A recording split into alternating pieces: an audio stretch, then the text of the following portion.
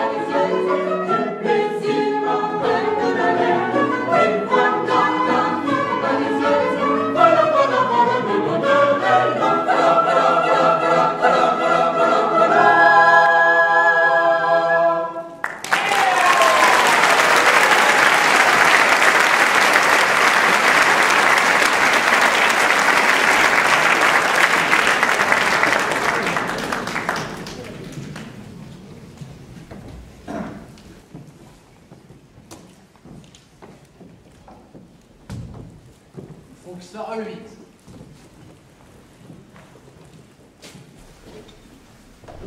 Faut que ça aille vite. Oh, c'est chaud. Entrer ici depuis hier soir, je paye ma bienvenue. Mais je ne t'affronterai pas tous les jours comme ça. Voici la 9e place que je fais depuis un mois. Ah, le temps n'est plus où les maîtres attachés à leurs domestiques. On était de la famille. On avait les clés de la cave. Et quand vous mouriez, on faisait une pension viagère. Mais la révolution a passé par là. Je crois pourtant que je ne serais pas mal ici, chez Madame Suzanne de la Bondrée.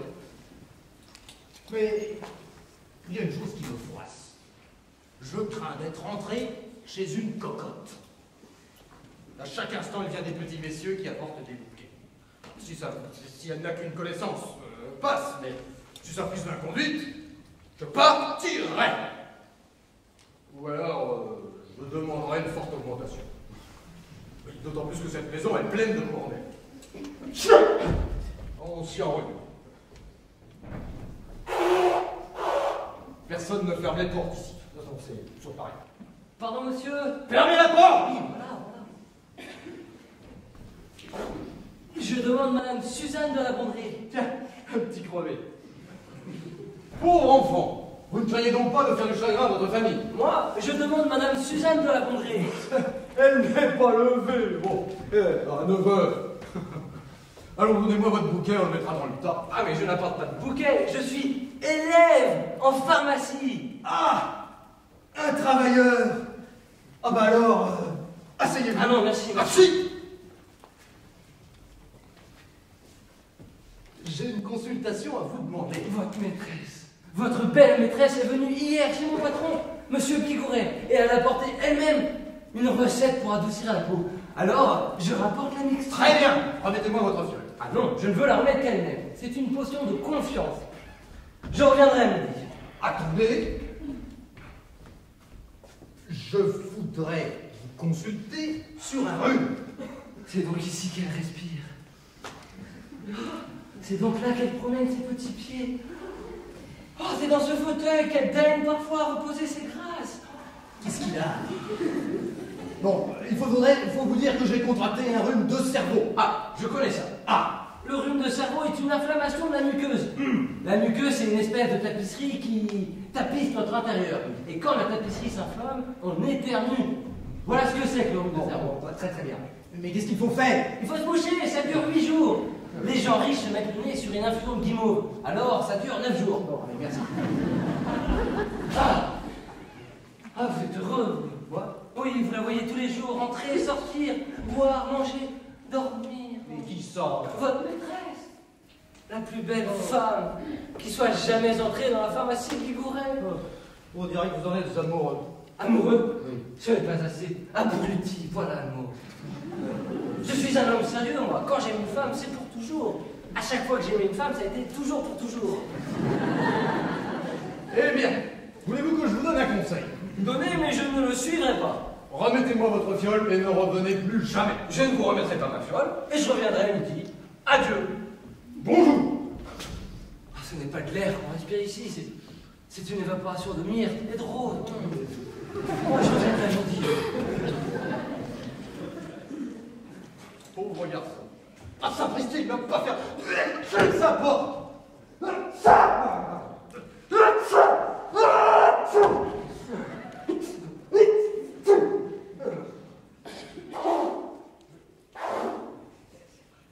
Jean, c'est vous qui faites ce tapage? Madame, c'est la porte. Vous m'avez réveillé. Je croyais entendre les trompes du Mardi Gras. Que diable, on ne se mouche pas de cette façon-là. Vous savez, chacun a sa manière. Oui, et bien quand on a cette manière, on se mouche dans la cour. Mais s'il pleut, madame. On prend un parapluie. Très bien, on s'y conformera. Je ne crois pas que j'éternue longtemps dans cette maison. Veuillez prier mon oncle, le commandeur, de m'accorder un moment d'entretien. Ah, monsieur, votre oncle est... Commandeur, oui, oui. Je m'étais trompé, ce n'est pas une cocotte. C'est une femme du grand monde. Commandeur de ma façon. C'est un oncle que je me suis donné pour aller dans le monde. J'ai été obligée de renoncer aux mères. Les deux dernières étaient épouvantables. L'une prenait du cassis, l'autre du tabac. Elle ne représentait pas. Alors j'ai eu l'idée de prendre un oncle. J'ai mis la main sur un trésor, très honnête homme. C'est un ancien fournisseur des armures. La tête est superbe, cheveux blancs, conversation sérieuse, ennuyeuse même. Ça fait... Il n'a qu'un défaut. Quand je le mène à l'opéra, il marque la mesure avec son pied et chante en même temps que le ténor. Tout le monde se retourne, on nous fait chute, et j'ai l'air d'une femme de province.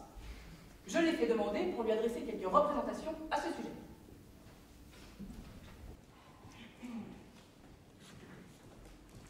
Madame.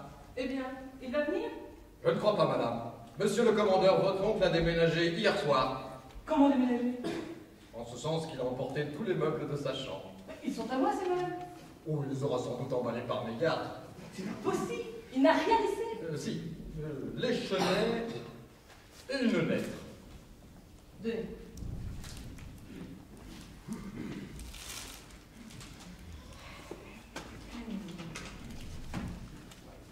Oh, vous que j'ose appeler ma nièce, je parie le faux. Je sens que je vais vous aimer. Oh, pauvre homme. L'honneur me commande de fuir, j'emporte les meubles, ils me rappelleront votre image. Jamais je ne m'en séparerai, vieux filou. Je vous renvoie votre photographie, elle me brise, signée le commandeur de Bondy. Et il se moque de moi par-dessus le marché. Oh, je suis d'une colère. Pour une femme embêtée, c'est une femme embêtée. Mais qu'est-ce que je vais devenir sans oncle? Je dois aller au théâtre, seule. C'est impossible. Où trouver un oncle? Tiens, il est pas mal cet homme-là. En l'arrangeant un peu. Personne ne le connaît. Il n'est ici que depuis hier. Jean, Madame, levez-vous. Tenez-vous droit. Tournez. Marchez. Où ça? Droit devant vous.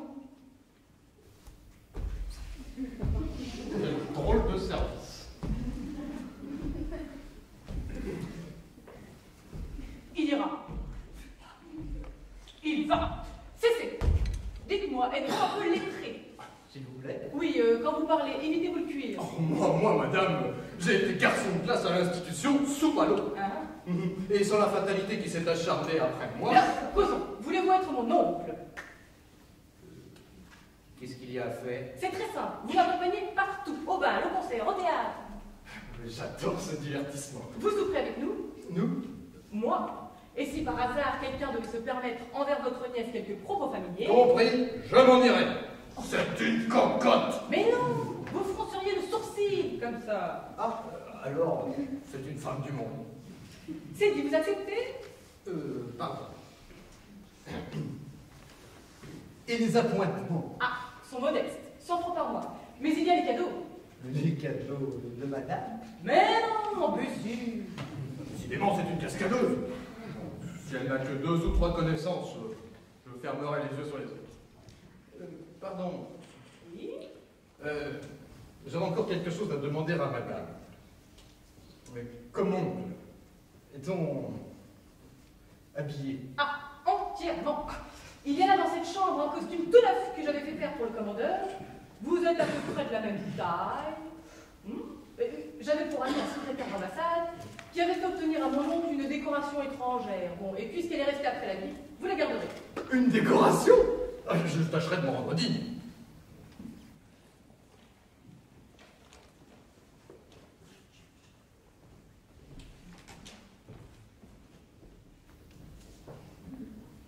Madame, le coiffeur vient d'arriver. Ah, très bien, faites entrer. Encore un qui ne ferme pas sa porte. Oh, mais vous êtes agaçant avec votre nez. C'est l'affaire de 8 jours. J'ai consulté. Bon, allez trouver le coiffeur. Vous lui demandez de vous faire une tête honorable, une tête d'oncle, une tête ce que c'est. Soyez tranquille, dans 5 minutes, je regarde un portrait de famille. Il y a là aussi un jeune homme qui demande à parler à madame. Un jeune homme? À cette heure? Comment s'appelle-t-il? Il n'a pas dit son nom. Il apporte une bouteille. Une bouteille. Ah, je sais ce que c'est. Faites entrer. C'est le garçon pharmacien de M. Bigouret qui m'apporte mon eau des sultanes. C'est une recette qu'on m'envoie d'Orient. Entrez. Il paraît que c'est merveilleux. Entrez. C'est moi. Pourquoi on ne trouve pas? Je n'ose pas. Oh, j'ai des frissons. Vous apportez la bouteille. Ah oui. J'apporte la bouteille. Eh bien, donnez-la moi. Oh oui. Je vous la donnerai. Mais qu'est-ce qu'il a? Je vous attends. Elle est dans ma poche. La voici. La voici. Il a quelque chose dans le cerveau. C'est dommage, il n'est pas là, ce garçon. Vous me rapporterez la recette, du bien. Elle est dans ma poche, sous enveloppe. Bon, débouchons ce flacon. Oh, supercherie de l'amour, ce n'est pas sa recette qui est dans cette enveloppe. J'ai substitué des vers que j'ai improvisés ce matin avec mon cœur, empilant des amandes douces. Mais jamais je n'oserais les remettre. Ça sent bon. Ah, madame, c'est la nature, car je n'ai pas sur moi d'odeur. Mais de quoi parlez-vous? Vous me faites l'honneur de me dire que je sens bon. Moi? Mais je parle de ce flacon. Pardon, vous pouvez se tromper. Bon, comment emploie-t-on ça? Comme pour le baume tranquille, en friction. Très bien, essayons sur le bras. Quand ça, devant moi? Oh, en pharmacien, ce n'est pas un homme. Ah, mais je vous demande pardon, madame. Je vous demande pardon, il y a encore des cœurs de pharmaciens qui vibrent. Prenez ce morceau de ouate et frottez. Qui ça? Moi? Mais vous devez savoir frictionner. Ah ben certainement, je frictionne tous les soirs. Le rhumatisme de mon patron, monsieur Et Bigouret. bien alors? Mais ce n'est pas la même chose. Mais pourquoi? Mais parce que d'abord lui c'est un homme, il a la peau noire, rude, coriace, indigeste, ah, vilaine peau. Tandis que la vôtre, c'est d'un doux, d'un blanc, et d'un rose. Mais qu'est-ce que ça vous fait? Ce que ça me fait. Oh, je n'essaierai pas de vous le cacher plus longtemps. J'en ferai ma formation. Ça m'a pris hier tout d'un coup. Je ne pensais à rien. Je battais à un loup pour une vieille femme qui tousse. Vous entrez et paf, quoi. Au lieu de fleurs d'oranger, je verse du vinaigre de toilette. Oh. Dans ces choses-là, ça ne fait rien. On met ce qu'on veut. Que vous dirais-je? J'étais subjugué. Ce qui m'a plu en vous, c'est votre front pur, votre air modeste. Parce que là où il n'y a pas d'estime, il n'y a pas d'affection vraie. Oui, il est très amusant. Ah, moi d'abord, je n'aime que les femmes vertueuses. Oh, pauvre garçon. Toutes les femmes que j'ai aimées, je les ai respectées, toutes. Sauf une. Et encore, je ne le voulais pas. Et j'aurais un talisman. Je me coucherai à ses pieds comme ça toute ma vie, sans lui dire un mot. Et je resterai. Autant prendre un sourd muet. Par exemple, il faut être franc, je n'ai pas mes soirées. C'est dommage. Je ne suis libre que le dimanche, à partir de midi, et encore tous les 15 jours. Je vous remercie de cette communication. Oh, mais il n'y a pas de quoi, madame. Mais voyez donc l'effet de cette eau, quel éclat, quelle blancheur. Oh, des roses sur du lait. Socrate, tout autre à ma place me couvrirait de baisers, bien moi non. Je résiste. Je suis un tempérament. Oh, comment est-ce qu'il est beau, ça lui convient. Oh non, ce serait inutile. Oh, par exemple. Croyez-moi, Suzanne, restons dans nos limites. Grand enfant, je le veux. Oh, vous me déshonorez. Oh, non. Oh, nous sommes perdus. Je vais voir comment il fonctionne. Débarrassez-moi de ce jeune glandin qui vient de me manquer de respect. Vous allez voir. Jeune homme! Oui, monsieur Comte, j'apporte le lait des sultanes, je suis employé à la pharmacie Bilouret et j'essayais une friction. Et plus vite que ça! Oui, monsieur Comte. Il va la tuer. Vous n'oublierez pas ma recette, j'y tiens. On demande la recette! Ah oui, voilà, monsieur Comte. Et mes vers que j'ai substitués devant ce tigre. Ah, c'est que je ne trouve plus. Et plus vite que ça! La voici, la voici. Et maintenant, on se pousse de l'air! Oui, monsieur Comte. Fermez la porte! Comme dit madame. Pas mal. Le geste est bon. La voix est peut-être un peu rude. Bon, il n'y a pas grand inconvénient cette fois un garçon pharmacien. Mais s'il s'était agi d'un jeune homme ayant de l'avenir, il faudrait y mettre un peu plus de douceur. Ah, Énergique et moelleux, tel est votre devise. madame m'excusera. Jusqu'alors, je n'avais jamais mis quelqu'un. Bon, c'est plutôt moi que l'on. Bon, et il y a un mot que je n'aime pas, grosse pousse de lait. Madame n'aime pas cette locution. Non? Madame doit avoir la bonté de m'en indiquer une autre. Dites tout simplement sortez. Voilà. Mais je veux bien, c'est vous. On peut entrer? Ah, c'est Adolphe, mon coiffeur. Dépêchez-vous de me coiffer, il faut que je sorte. Madame peut-elle recevoir mademoiselle Agnès de Rosenval? Ah, certainement, une amie. Entre donc. Bonjour Suzanne. Adolphe, ancienne pour madame. Déjà avec ton coiffeur. Oh, je suis rompue. Mais qu'es-tu devenue depuis 8 jours? On ne t'a pas vu. Oh ma chère, j'étais la proie d'une suite de mésaventures. Si tu veux voir la femme qui n'a pas de chance, la voilà. Qu'est-il arrivé? Lundi, j'achète un cheval bec pour l'appareiller avec le mien. Mardi, il pleut. Voilà mon cheval qui détonne, il devient gris pommelé. Vous l'avez payé? Non. Mercredi, je fais la connaissance d'un jeune homme, un prince russe très bien. Et jeudi, il se trouve que c'est un Polonais. Un Polonais. Ce n'est vraiment pas de chance. Qu'est-ce que c'est que ça? C'est juste... ma chère amie, je te présente le commandeur Jean des Narcisses, mon oncle. Eh bien, et l'autre? Je l'ai envoyé en province, j'ai réuni de mes propriétés. Prenez donc garde de me tirer les cheveux. Pardon, je ne croyais pas que c'était à madame. Lait de sultane. Qu'est-ce que c'est que ça? Ah, ma chère, une eau merveilleuse pour donner du lustre à la peau. Oh, mais j'en veux. Où trouve-t-on Je ça? ne sais pas, mais j'ai la recette. Donne, je vais la copier. Commandeur, John, dictez cette recette à madame.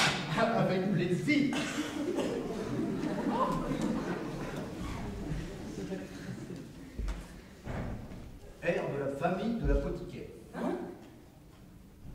fièvre brûle un cœur qui n'a plus qu'un espoir pour qu'on le sauve. Que vos yeux soient son quinquina, remontez sa fleur de Ah, c'est charmant, tu as fait la conquête d'information.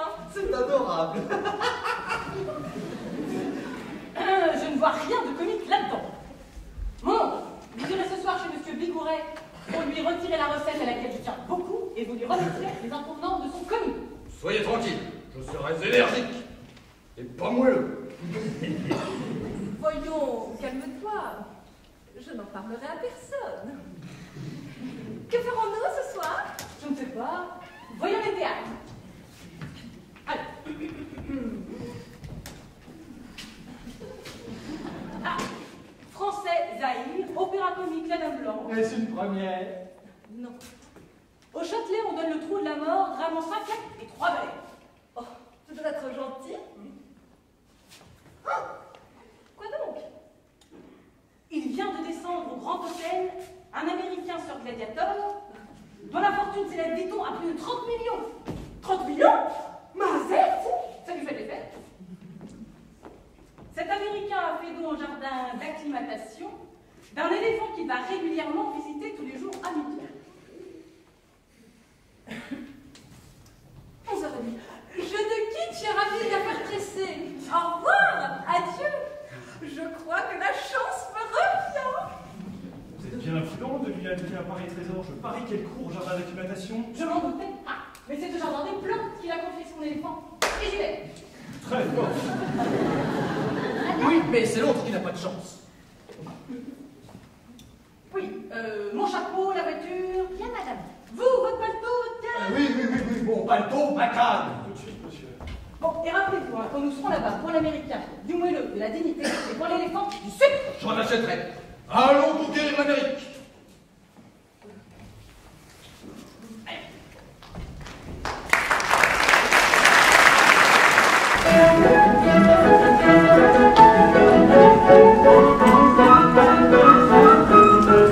En cherchant dans la ville, on trouverait, je crois, quelques maisons tranquilles, pleines de beaux bourgeois. C'était Dieu, le personnage ne sont pas comme nous. Ils disent qu'ils sont sages, nous disons qu'ils sont fous.